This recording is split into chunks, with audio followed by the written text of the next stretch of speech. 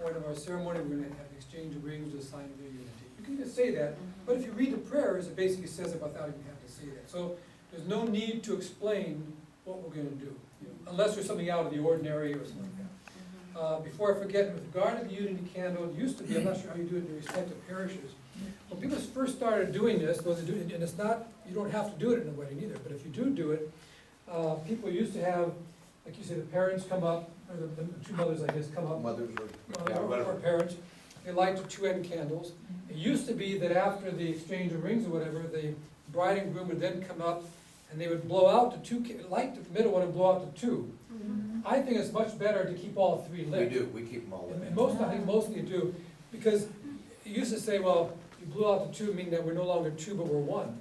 But what I sometimes say, even in the context of, if I do want to do a little explanation about it, the two still maintain their individuality and who they are, and yet they're one and blessed by God in a unique way. That's the symbolism here. One of the things I also do when we do the unity candle, they go do that, is the way it's set, and I explained now that the two are lighting their unity candle, and I usually explain that this is the light, it also represents the light of Christ in their marriage, and I will lift the candle and I have them both hold the candle during the song, whatever song's being done. And then I kind of back away, and they both hold the candle, the unity candle up together, because it's like the three. It's symbolism.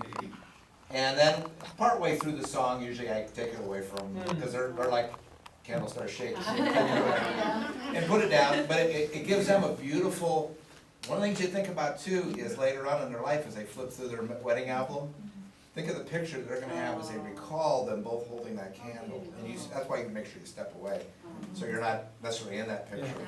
And it's not only works well that way, but works well going forward for them. See, you kind of think of the whole thing. One of the things I like to explain to them when we're doing marriage prep too, is that these are the rites of the church, and also the whole prep that you are actually celebrating the sacrament together, where we're the official witnesses, and all those kind of things.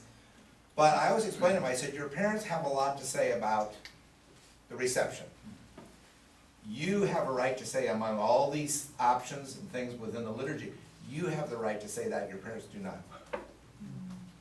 I said, that's obviously your choice, but I always give them that choice. I said, remember, this is your sacrament with your God, and do what works for you.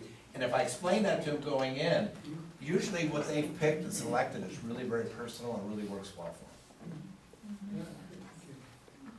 I just wanted to say, I forgot to mention one thing, and I think it's really important because I've seen it the other way. Frank included himself as part of the assembly.